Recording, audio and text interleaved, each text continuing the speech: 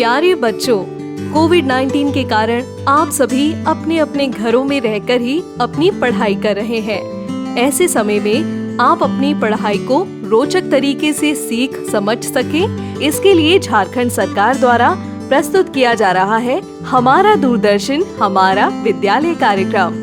इसके माध्यम से आप प्रत्येक दिन सोमवार से शुक्रवार तक पूर्वाह्न 10 से 12 तथा अपराह्न 1 से 2 बजे तक अपनी अपनी कक्षाओं के अनुरूप कार्यक्रम देख सकेंगे।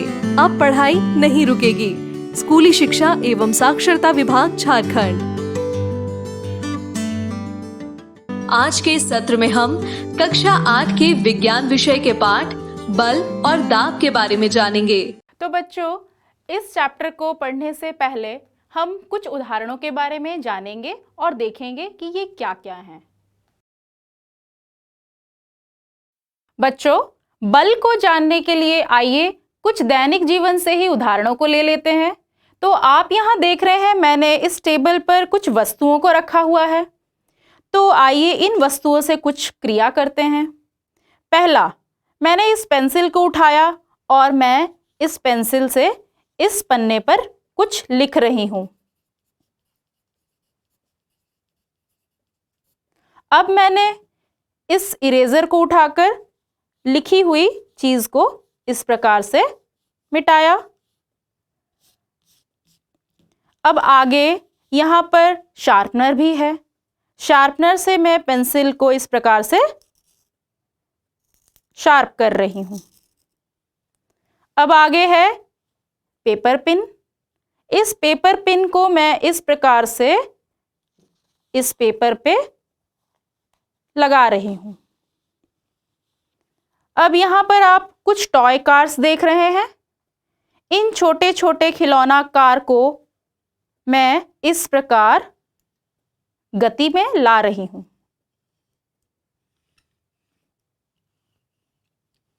अब आगे दैनिक जीवन से ही कुछ और उदाहरण लेते हैं। जैसे हम दिन में सब्जियां वगैरह काटते हैं, तो सब्जियां काटने के लिए भी इस प्रकार से हम क्रिया करते हैं।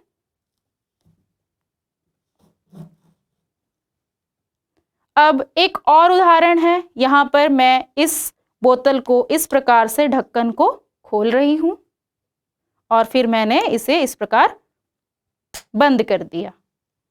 यहां पर एक छोटा सा रबर बैंड है।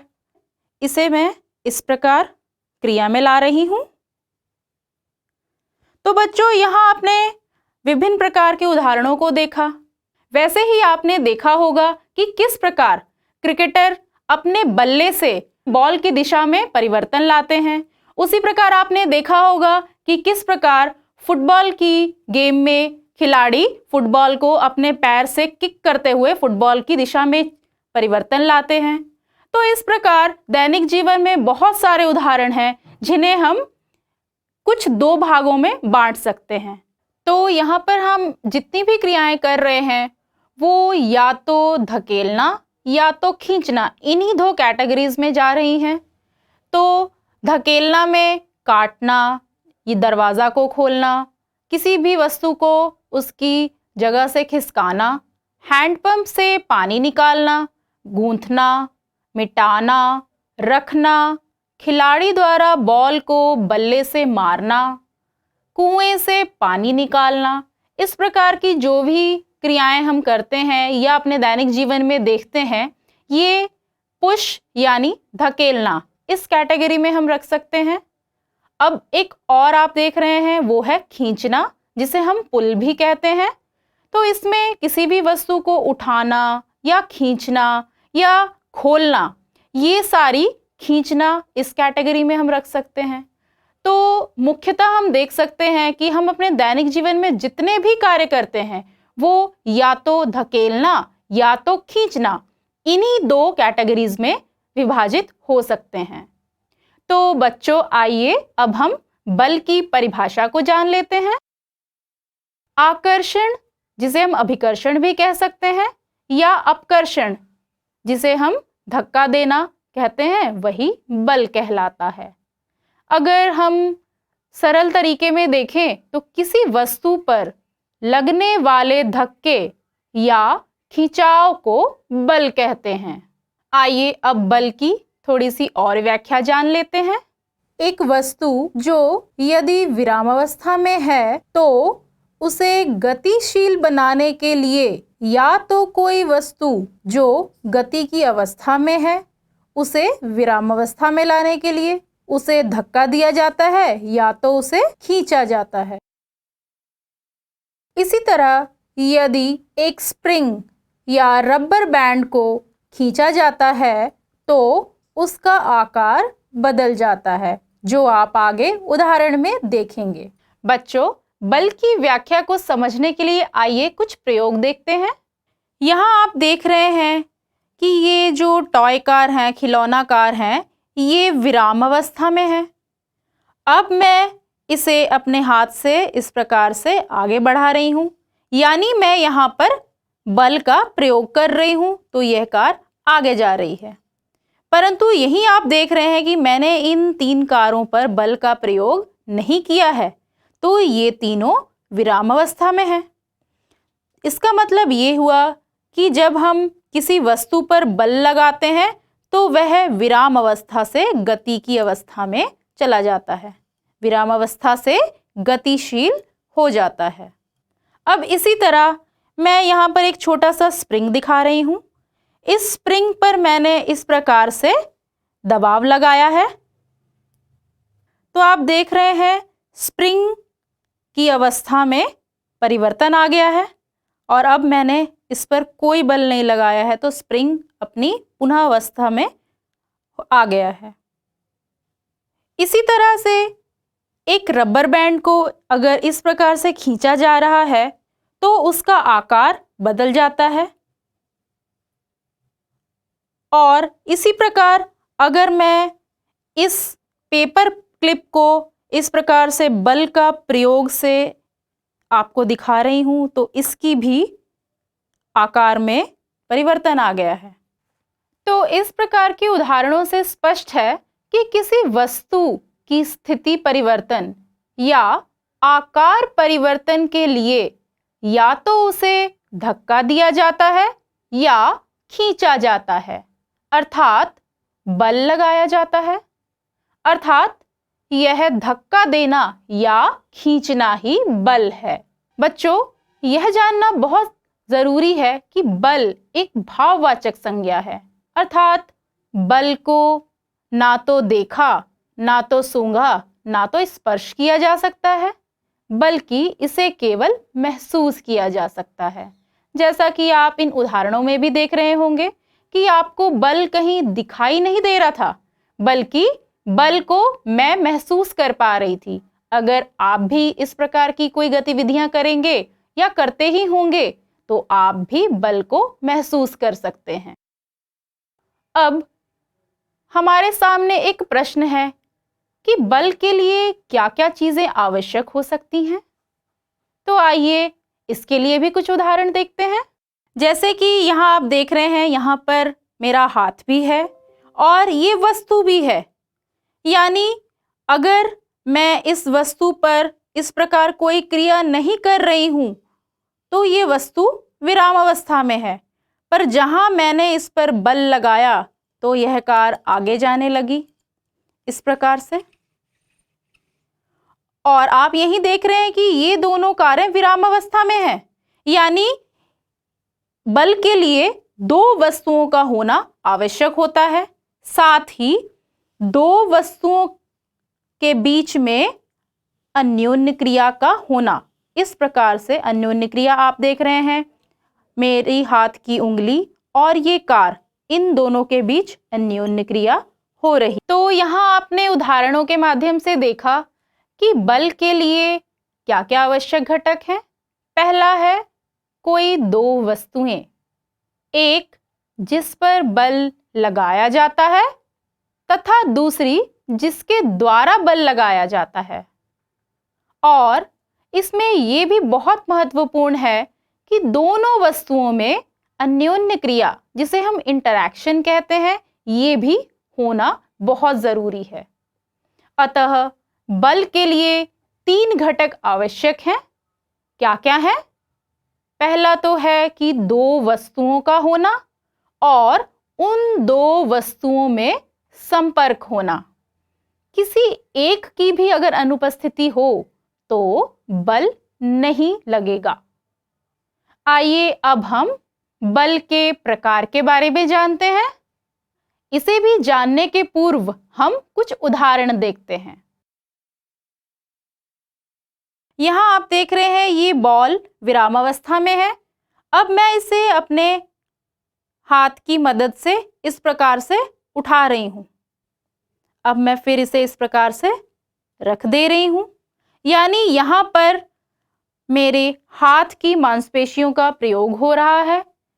इसी प्रकार कुछ और उदाहरण भी आप देख सकते हैं, जैसे कि आप किसी वस्तु को धकेलते हैं या आप अपने पैर से किसी वस्तु को एक जगह से दूसरे जगह खिसकाते हैं, तो यहां पर भी मांसपेशीय बल का प्रयोग हो रहा है। अब पेंसिल से मैं इस कागज पर कुछ चित्र बना रही हूं। ये घर्षण बल के कारण मैं इस पेंसिल से इस कागज पर लिख सकती हूं। और भी घर्षण बल के बहुत सारे उदाहरण हैं, जैसे कि आप दैनिक जीवन में चलते हैं तो आपकी जो जूती है या आपका जो जूता है उसके साथ जो जमीन है, जमीन की सतह और जूता, इन दोनों के बीच घर्षण बल का प्रयोग होता है, इसीलिए आप चल सकते हैं। यहां पर आप देख सकते हैं मेरे हाथ में एक चुंबक है। अब आप यहां ध्यान से देखिए कि इन पेपर पिन्स और इस चुंबक के बीच क्या हो रहा है। क्या आप देख रहे हैं? इस चुंबक ने इस पेपर पिन की सारी पिन्स को अपने तरफ आकर्षित कर लिया है। दोबारा देखते हैं।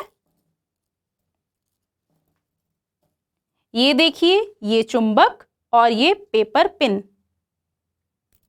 अब अगला उदाहरण है। इसमें आप देखेंगे कि मेरे हाथ में एक बैलून है और एक छोटा सा कागज का टुकड़ा। अब मैं इस प्रकार से इन दोनों पर क्रिया कर रही हूं। यहां आप देखेंगे कि यह बैलून इस कागज के टुकड़े के साथ इस प्रकार से संपर्क में आ जाता है। एक और उदाहरण देखिए। यहां पर मैं इस बॉल को कुछ ऊंचाई से नीचे की तरफ गिरा रही हूं। आपने देखा कि ये बॉल ऊपर से नीचे की तरफ आ रही है। अब मैं इस बॉल को नीचे से ऊपर की तरफ फेंकती हूं, तो आप देख रहे हैं कि ये बॉल ऊपर से पुनः नीचे आ गई है।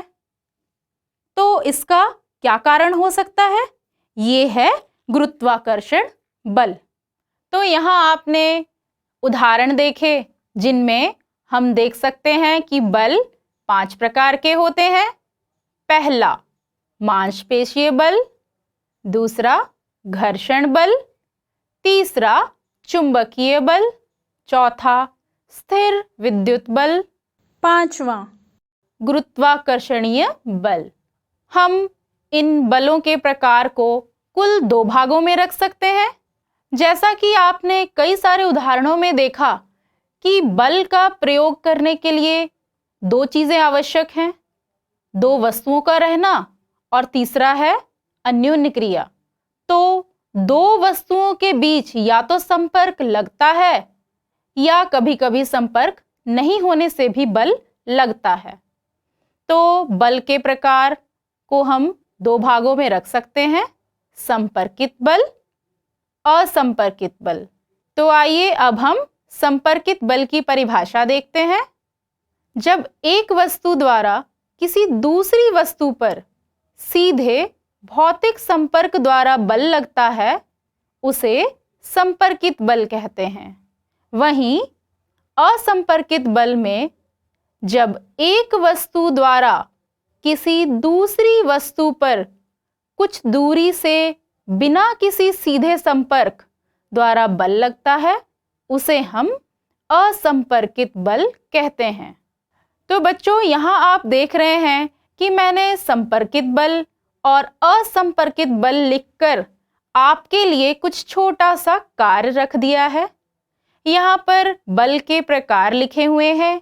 अब आपको इन्हें देखना है कि कौन सा बल संपर्कित है और कौन सा असंपर्कित है। तो चलिए आप ये छोटी सी क्रिया कर लीजिए। अब हम जानेंगे कि बल का मात्रक क्या है।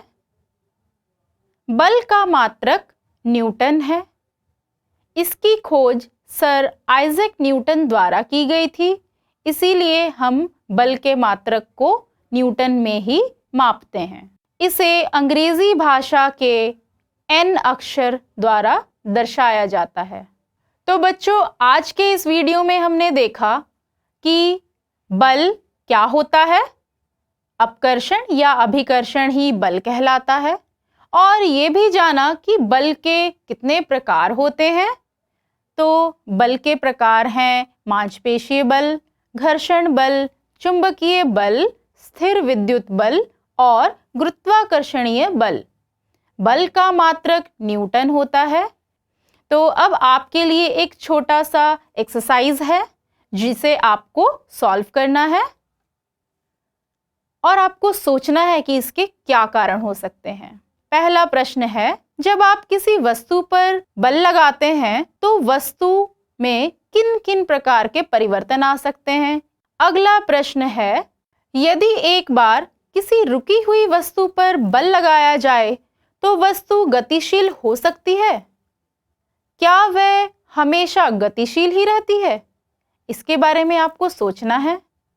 अगर ये हमेशा गतिशील नहीं रहती है तो इसका क्या कारण हो सकता है। तो बच्चों, बल से संबंधित कुछ गतिविधियां एवं उन पर चर्चा करने के बाद अब हम आगे बढ़ते हैं, जिसमें हम जानेंगे दबाव क्या होता है। जब किसी वस्तु पर बल कार्यरत होता है तो दबाव उत्पन्न होता है। तो बच्चों, दबाव की परिभाषा जानने के बाद आइए दैनिक जीवन से संबंधित कुछ गतिविधियों के बारे में चर्चा कर लेते हैं और इन्हें उदाहरण के तौर पर देख लेते हैं। आपने दैनिक जीवन में यह महसूस किया होगा कि धारहीन चाकू की अपेक्षा धार वाला जो चाकू होता है वो सब्जी या फल आसानी से काटता है, जबकि व्यक्ति द्वारा दोनों ही प्रकार के चाकू में एक ही समान का बल आरोपित किया जाता है। अब इसका कारण क्या हो सकता है? अब हम कुछ और उदाहरण देखते हैं। जैसे कि यहाँ पर मेरे पास स्कूल का एक बैग है। तो इस बैग में भी आप देख रहे हैं कि इस बैग की जो पट्टियां होती हैं ये चौड़ी पट्टियां बनाई जाती हैं। चौड़ी पट्टियां क्यों बनाई जाती हैं? ताकि जब इस पट्टियों का भार कंधों पर पड़ेगा तो भार कम महसूस होगा। अब आगे एक और मेरे पास उदाहरण है, जो कि है ये एक छोटा सा झोला। अब यहाँ पर भी आप देख रहे हैं कि इसकी जो पट्टियां हैं ये भी चौड़ी बनाई जाती हैं, ताकि अगर इसमें कोई भार वाली वस्तु डाली जाए और इसे इस प्रकार से उठाया जाए तो भार थोड़ा कम महसूस होगा। अब यहाँ आप देख रहे हैं कि मेरे पास ये किताब का एक बंडल है जिसे एक पतली रस्सी द्वारा बांधा गया है।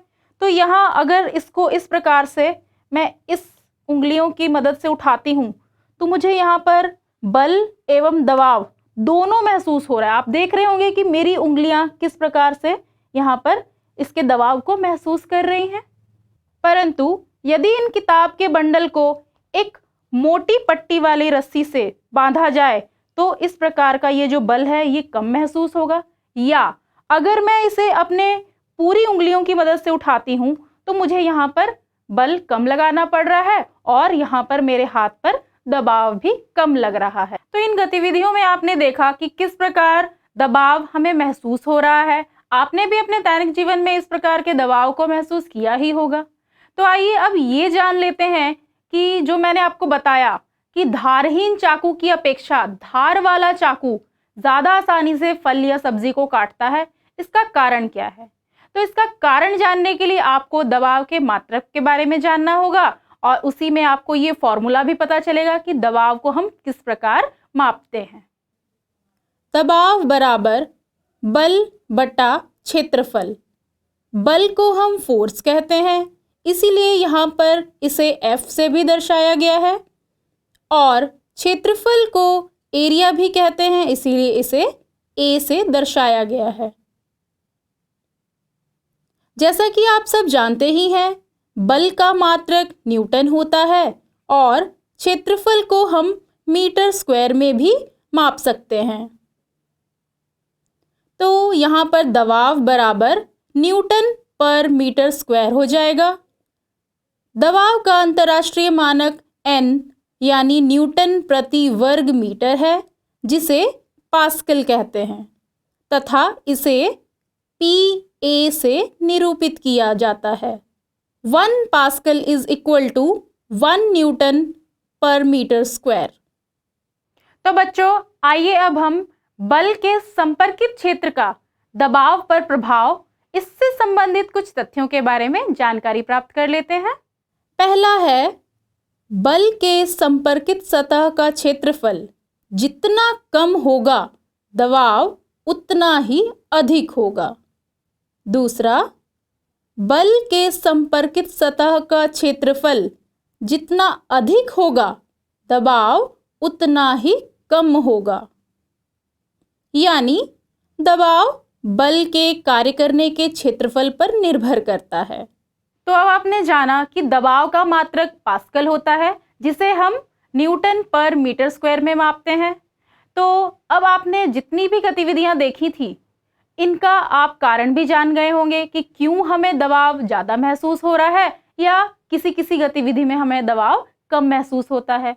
जहां आपको क्षेत्रफल, बल की अपेक्षा क्षेत्रफल कम है, वहां दबाव ज़्यादा महसूस होगा, और जहां पर बल की अपेक्षा क्षेत्रफल ज़्यादा है, वहां आपको दबाव कम महसूस होगा।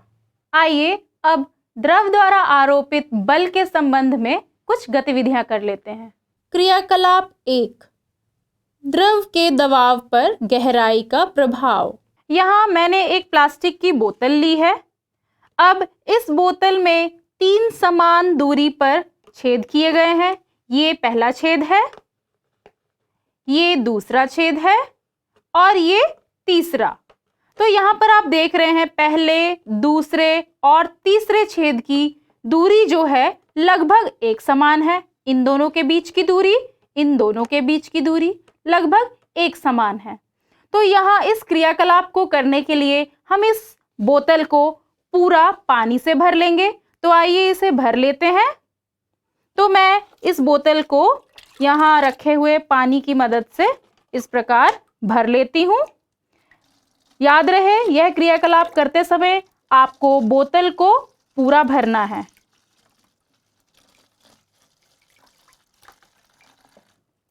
तो इस प्रकार से बोतल को पूरा भर लेते हैं।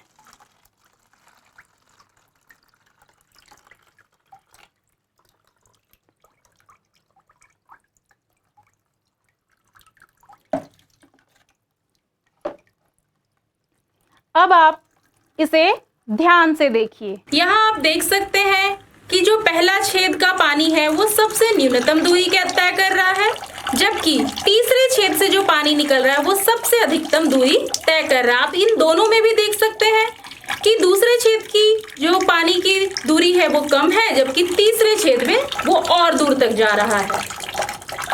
तो बच्चों, आप इन सब का कारण सोच सकते हैं। यहाँ पर आप देख रहे हैं, जो सबसे पहला छेद है ये बोतल की चोटी से सबसे न्यूनतम दूरी पर है, जबकि ये जो तीसरा छेद है ये बोतल की चोटी से अधिकतम दूरी पर है और अधिकतम गहराई पर है।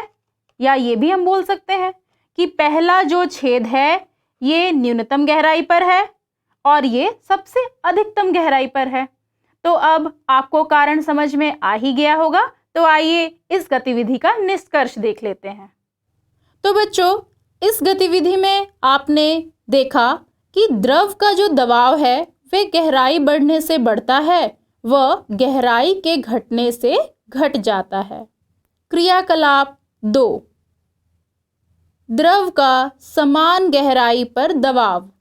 यहाँ पर देखिए, मैंने एक प्लास्टिक की बोतल ले ली है। अब इस प्लास्टिक की बोतल में मैंने समान गहराई पर 4 छेद किए हैं। छेद 1, छेद 2, छेद 3 और ये चौथा छेद है। अब आइए इस गतिविधि को करने के लिए इस पूरे बॉटल को पानी से भर लेते हैं। तो अब मैं इसे पानी से इस प्रकार से भर रही हूं।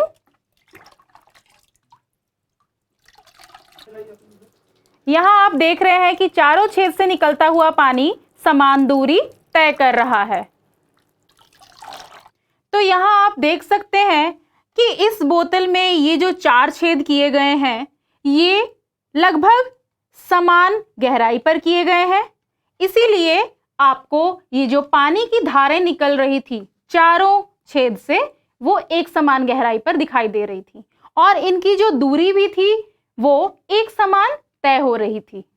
इस गतिविधि से यह निष्कर्ष निकलता है कि द्रव के द्वारा समान गहराई पर सभी दिशाओं में समान दबाव लगाया जाता है।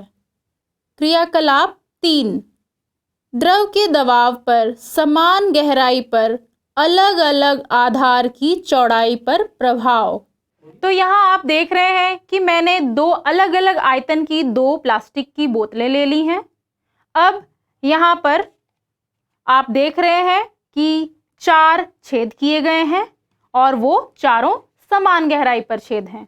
और इस बोतल में भी आप देखेंगे कि समान गहराई पर ही 4 छेद किए गए हैं। अब आइए इस गतिविधि को करने के लिए सबसे पहले इन दोनों बोतलों को पानी से भर लेते हैं। इसमें आपने देखा कि दोनों बोतल का आयतन समान नहीं है, फिर भी अगर समान गहराई पर छेद हैं तो दोनों बोतल में से पानी समान गहराई तय कर रही है। तो आइए इसका निष्कर्ष देख लेते हैं। इस गतिविधि का निष्कर्ष यह निकला कि द्रव का दबाव वस्तु या बर्तन के आकार एवं आकृति पर निर्भर नहीं करता है। क्रियाकलाप 4, द्रव की ऊंचाई का दबाव पर प्रभाव। इस गतिविधि को करने के लिए यहाँ पर मैंने एक पारदर्शी बोतल ले ली है। अब इस पारदर्शी बोतल के इस मुंह पर मैं एक छोटा सा गुब्बारा लगा देती हूँ। तो ये है गुब्बारा। अब आइए इसे बोतल की नली पर लगा देते हैं। तो इस प्रकार से मैं इस गुब्बारे को इस बोतल के मुंह पर लगा रही हूँ। अब ये इस प्रकार से लग गया। अब इस गतिविधि को करने के लिए सबसे पहले इस बोतल को मैं पानी से भरूंगी। तो आइए देख लेते हैं। यहाँ देखिए, मैं इस बोतल को पहले थोड़ा सा ही मैंने भरा है और ये बैलून का आप आकार देख लीजिए। भरने से पहले आपने बैलून का आकार नोटिस किया था, अब आप देख लीजिए। अब मैं इसमें और पानी भर लेती हूँ। अब आप ध्यान से देखिएगा कि बैलून का आकार किस प्रकार दिखाई दे रहा है। आपने यहाँ पर नोटिस किया होगा कि बैलून के आकार में कुछ परिवर्तन आया है। पहले बैलून का आकार थोड़ा कम था, अब बैलून का आकार थोड़ा सा बढ़ गया है। तो इसका कारण क्या है, आइए निष्कर्ष में देख लेते हैं। इस गतिविधि से यह निष्कर्ष निकला कि द्रव की ऊंचाई बढ़ने पर आधार पर दबाव बढ़ जाता है। अब हम आगे बढ़ते हैं और देखते हैं वायुमंडलीय दाब यानी एटमॉस्फेरिक प्रेशर क्या होता है। वायुमंडलीय दाब पृथ्वी के वायुमंडल में किसी सतह की एक इकाई पर उससे ऊपर की हवा के वजन द्वारा लगाया गया बल है। इसे हम वायुदाब भी कहते हैं। क्रियाकलाप 5, इस गतिविधि में आप देख रहे हैं कि यहाँ पर एक ग्लास पूर्णतः पानी से भरा हुआ है। अब इसे अगर हम इस प्रकार उलट देंगे तो क्या होगा, पानी नीचे गिर जाएगा। पर यहाँ पर आप देख रहे हैं मेरे पास एक गत्ता है। अब मैं इस गत्ते के टुकड़े को इस प्रकार ग्लास पर रख रही हूँ। अब अगर हम इस पानी से भरे ग्लास को उलट देंगे तो क्या होगा। आप सोच रहे होंगे कि इस ग्लास का पानी नीचे गिर जाएगा। तो आइए देखते हैं क्या होता है। तो इस प्रकार से मैं इस गत्ते के टुकड़े को पकड़ रही हूँ और ग्लास को मैंने पूर्णतः इस प्रकार से उलट दिया। अब देखिए क्या होता है। गत्ते पर वायुमंडलीय दबाव ऊपर की ओर कार्य करता है, जो गत्ते को पकड़े रखा है। तो ना ही यहाँ पर गत्ता गिर रहा है और ना ही ग्लास से पानी। तो इसका कारण यह है कि यहाँ पर वायुमंडलीय दबाव कार्य कर रहा है। तो बच्चों, इस गतिविधि से हमें यह निष्कर्ष प्राप्त होता है कि गहराई बढ़ने से दबाव बढ़ता है और गहराई कम होने से द्रव का दबाव घट जाता है। तो बच्चों, इन क्रियाकलाप को देखने के बाद अब एक क्रियाकलाप आपके लिए है। तो इस क्रियाकलाप का नाम है बोतल की दीवारों पर पानी का दबाव देखना। इसके लिए सबसे पहले पारदर्शी प्लास्टिक की एक बोतल लीजिए। उसकी दीवार पर एक निकास बनाकर एक नली लगाइए। नली के दूसरे सिरे पर एक रबर की झिल्ली तानकर बांध लीजिए। अब बोतल में पानी भरिए। आप क्या देखते हैं? इस अवलोकन को लिख लीजिए। तो बच्चों, हमने दबाव के बारे में काफी जानकारी प्राप्त कर ली है। तो आइए देखते हैं हमने दबाव के बारे में क्या क्या सीखा। जब किसी वस्तु पर बल कार्यरत होता है, दबाव उत्पन्न होता है। और यह भी जाना कि दबाव को पास्कल में नापा जाता है। 1 pascal is equal to 1 newton per metre square होता है। दबाव बल के कार्य करने के क्षेत्रफल पर निर्भर करता है। और हमने देखा कि द्रव का दबाव गहराई बढ़ने से बढ़ता है और गहराई के घटने से घटता है। द्रव के द्वारा समान गहराई पर सभी दिशाओं में समान दबाव लगाया जाता है। द्रव का दबाव किसी बर्तन के आकार एवं आकृति पर निर्भर नहीं करता है। द्रव की ऊंचाई बढ़ने पर आधार पर दबाव बढ़ता है। हमने वायुमंडलीय दाब की परिभाषा के बारे में भी जाना और इससे संबंधित कुछ गतिविधियां भी देखी। तो इन सारी गतिविधियों को देखने के बाद अब बल और दबाव के बारे में आपने बहुत सारी जानकारी प्राप्त कर ली है। अब आप अपने दैनिक जीवन में भी बल और दबाव को आसानी से पहचान सकते हैं। आशा है आप सबको ये चैप्टर पसंद आया होगा और आप इसके बारे में और अधिक जानकारी ढूंढने का भी प्रयास करेंगे। धन्यवाद। इस प्रसारण से संबंधित सुझाव, अपने प्रश्न इत्यादि आप हमें jcertrg@gmail.com तथा टोल फ्री नंबर 1800 5728 585 पर संपर्क कर सकते हैं।